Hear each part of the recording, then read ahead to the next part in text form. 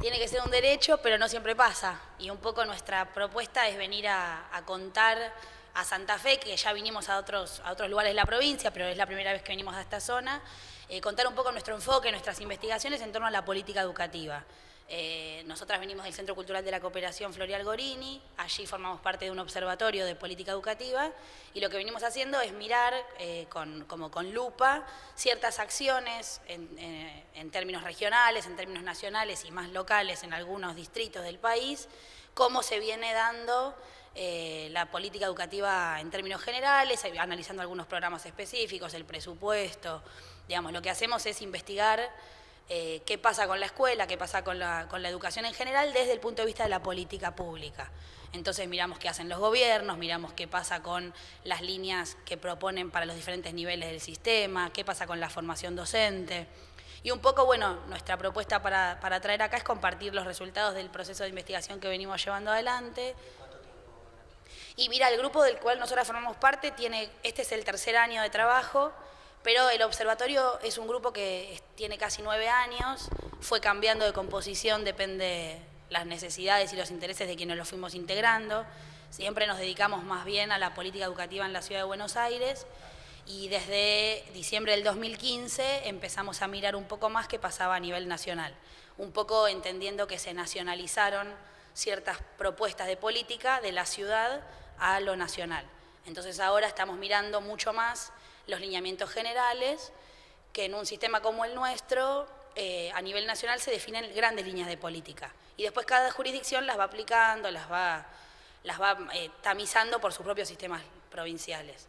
Me imagino que como estudiantes de la UBA, gracias por atendernos, Alejandra, antes que nada, defensores a ultranza de la educación pública.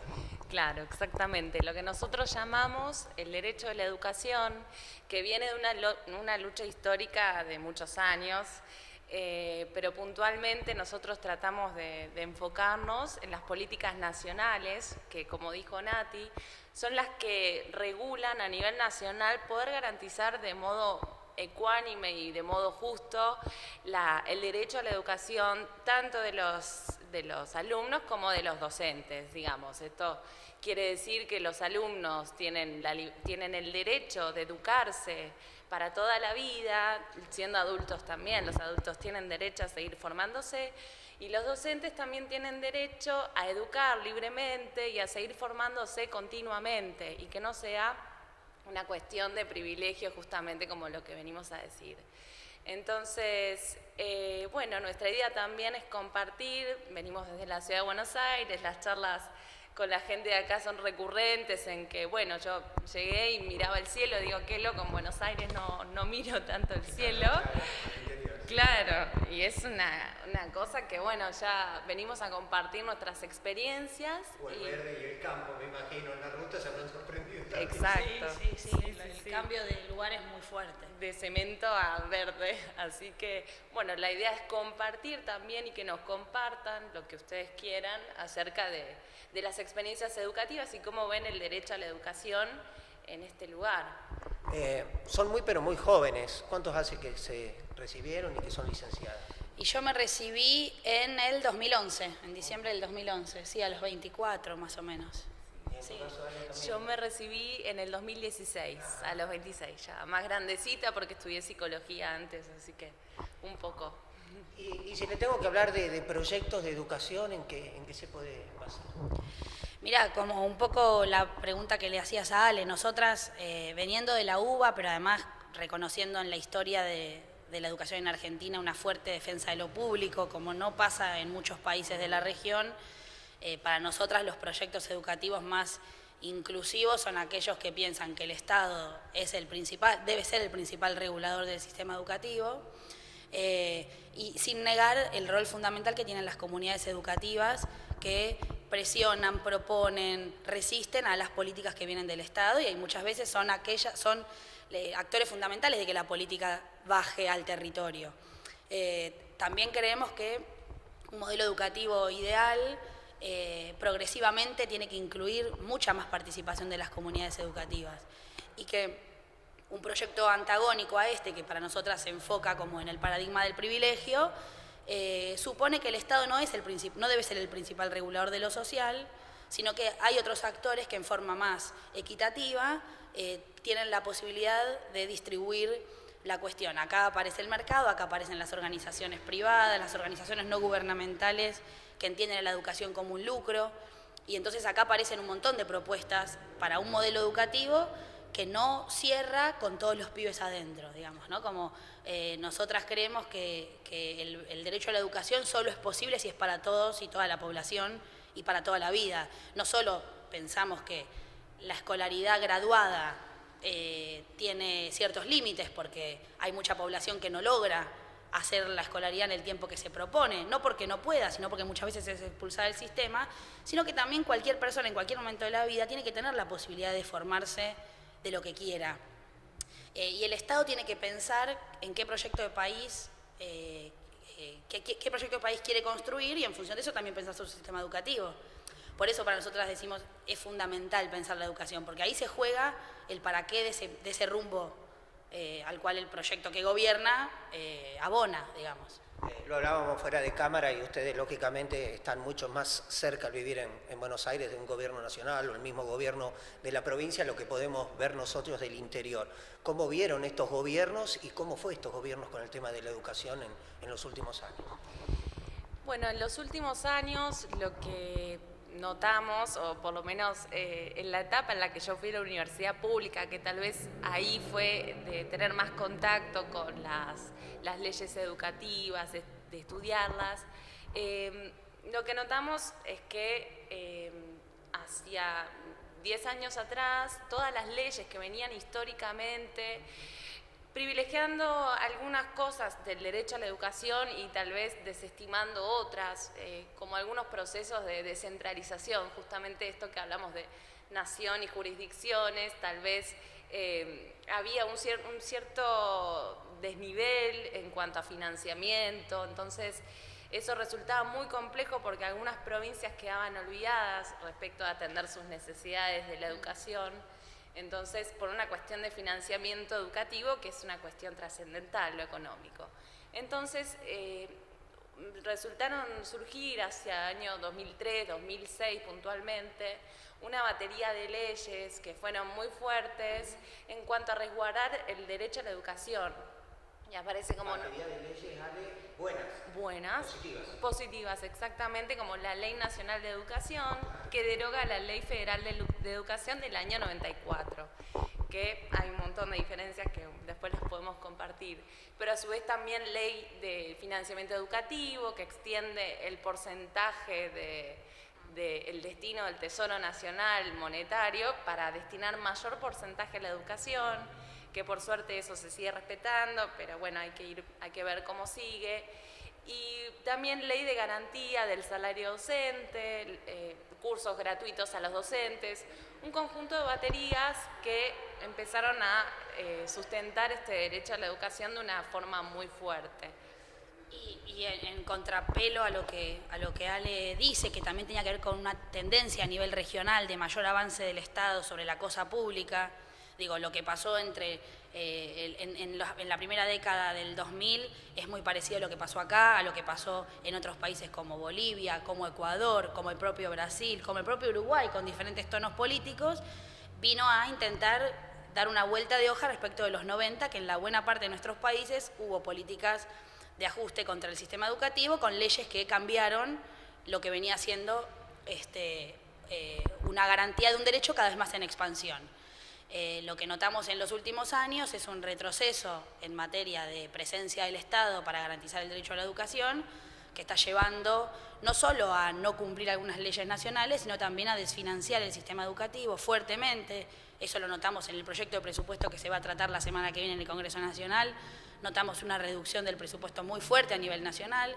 Sabemos que en nuestro sistema descentralizado, que la ley nacional que nombraba Ale, como avanzó, en otras cosas todavía hay que seguir profundizando y no logra resolver, porque la ley de educación sola no puede resolver lo educativo, pero nuestro sistema tributario es muy desigual, entonces si eso no se modifica, las provincias van a seguir teniendo el mayor peso del financiamiento educativo y te encontrás con provincias con muy poca plata y con provincias con muy ricas.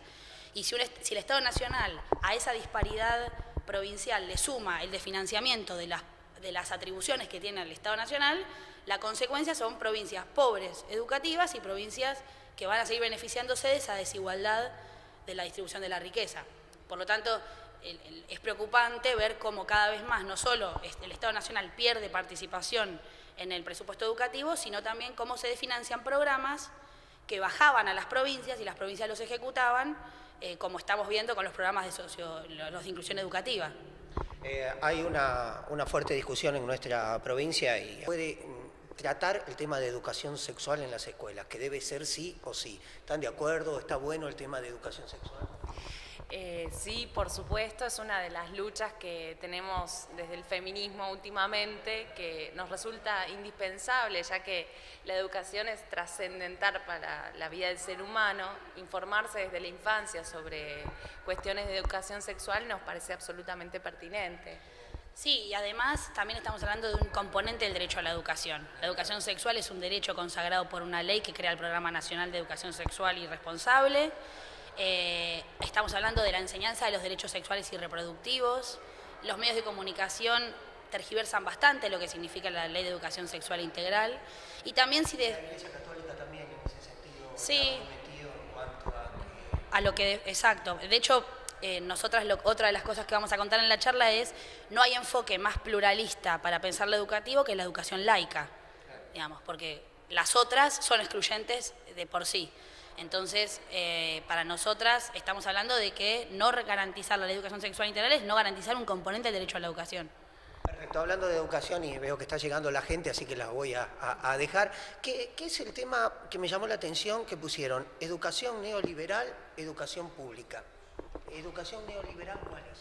Bueno, para nosotras los proyectos educativos neoliberales son aquellos que proponen un Estado retraído, son aquellos que proponen políticas que dejan a población... Como un gobierno neoliberal. Un gobierno neoliberal. Son aquellas que proponen políticas de privatización, de mercantilización, que piensan que la educación es una mercancía, es un lucro, es un servicio que depende de las posibilidades de cada quien de poder hacer uso de ese servicio. Entonces, te plantea una... Sí. No, te preguntaba, ¿te da la sensación, Natalia, o Ale, ustedes que están más en contacto que nosotros, que este gobierno se está acercando a un gobierno neoliberal? Para nosotras este gobierno es un gobierno neoliberal y sus políticas educativas, como vamos a comentar, están acordes con el proyecto político más general. En contrapelo con esto hay otros proyectos educativos que se plantearon una fuerte presencia estatal, con un sentido, porque lo que preocupa es para qué estamos formando. Lo que a nosotros nos interesa mostrar es, estamos hablando de un gobierno que está proponiendo la incertidumbre para los estudiantes y que está proponiendo que la educación tiene que ser una suerte de posta en el que cada quien, desde su individualidad y en forma meritocrática, acceda al título de graduación. Nosotras no podemos prometerle a los estudiantes la incertidumbre del futuro. Entonces nos parece que esta educación es acorde a un proyecto político que no puede garantizar las condiciones de empleo y de trabajo y de vida digna, por ende, de todos estos estudiantes. Sí, una cosita más, que claramente la economía y el modelo económico, como es el modelo neoliberal, es el que signa también las pautas educativas. Como vamos a contar, todo proyecto político tiene un proyecto educativo de país. Entonces, cuando ingresa el sistema financiero, cuando se abren las puertas a organismos extranjeros y se empieza a perder credibilidad en el Estado, en lo público, ahí se transforma la educación o se intenta correr hacia un hecho de privilegio. Así que bueno. Felicitaciones, gracias por la gentileza, realmente. Y la última, y te aprovecho porque, como les dije antes, les estuve googleando, ¿cómo es la calidad educativa en Ecuador? ¿Estás realizando un informe al respecto? ¿Difiere mucho de la nuestra? Sí, mira, la calidad educativa es un concepto en disputa, tanto como la educación. Hay quienes hacen uso de la calidad para decir que calidad es el acceso igualitario a la educación y hay quienes hacen uso de la calidad para decir la educación no es para todos. En el caso de Ecuador, el discurso de la calidad desde el Estado, durante los gobiernos de Rafael Correa, se ubicaron claramente desde el enfoque del derecho a la educación en un sentido amplio, con una fuerte política de acceso igualitario a la escuela. Se sacaron el histórico copago, que era un bono de $25 para que cada pibe ingrese a la escuela. Eso se sacó, por ende, imagínate que para un ecuatoriano eso es calidad educativa, ¿no? Sin embargo, también tuvo otras políticas muy controvertidas, como fue cierta lógica de pensar al escalafón docente un poco con criterios meritocráticos, ponderando con muy buenos ojos a la formación en universidades extranjeras de los propios docentes. También adhirieron a pruebas internacionales estandarizadas hacia el final del gobierno de Correa, no siempre fue así, pero el balance claramente, si uno tiene que pensar en proyectos más neoliberales o más populares, claramente los 3 gobiernos de Rafael Correa se ubican del lado izquierdo de la balanza, porque los resultados académicos de los estudiantes, la cantidad de pibes adentro de la escuela y la cantidad de docentes que lograron entrar al sistema, porque también era un sistema absolutamente viciado de reglas muy, muy antiguas, son avances en términos de la educación en Ecuador. Perfecto. Chicas, gracias. Y me diste un pie porque me dijiste Correa y ahora sí, es la última. En los gobiernos argentinos, ¿cuál fue el gobierno que más acorde estuvo dentro de lo que ustedes estudiaron con educación pública? ¿Hubo algún gobierno que...? Sí, el que estuvo más en consonancia por el momento regional que comentaba Nati, como en Bolivia, Ecuador en su momento, Uruguay. Podemos decir que el gobierno del kirchnerismo fue el que propulsó volver a un Estado de Derecho con mucha fuerza. Y antes del kirchnerismo, si le tengo que preguntar, antes de los gobiernos de Néstor o Cristina, ¿hubo algún gobierno que apoyó Sí. o a partir de ahí estuvo el cambio? No. El sistema educativo nacional se masificó, digamos, desde el comienzo del siglo XX. Con el peronismo encontramos una gran década de expansión de la primaria. Sí. Ya después, con los gobiernos más desarrollistas, Frondizi y Lía, aparecen fuertemente la discusión de lo público y lo privado, y fueron gobiernos que le dieron mucha apertura a lo privado. La discusión por la laica y libre, la intromisión de las empresas en lo educativo es muy propio de la década de los 50 a los 60, y ni hablar con la dictadura. O sea, desde entonces... después uno puede pensar que en el alfonsinismo, con el Congreso Pedagógico, hubo... Absoluta, perdida y de retroceso. El alfonsinismo volvió a proponer lo público como un valor, y eso nos parece muy importante, a pesar de todas las limitaciones que le podemos encontrar a ese proceso. Hubo discusiones, bueno, ahí la Iglesia tuvo un fuerte lobby en el Congreso Pedagógico, y los 90 fueron desastrosos, digo. Por lo tanto, pensá que nuestro país tuvo 6 dictaduras, 60 años de desestabilización política, tenemos el periodo ahora de mayores décadas de democracia. En ese sentido somos una democracia muy joven. Por lo tanto, cuesta encontrar gobiernos que salgan de estas décadas que te digo como de avance en términos de garantías. Chicas, gracias.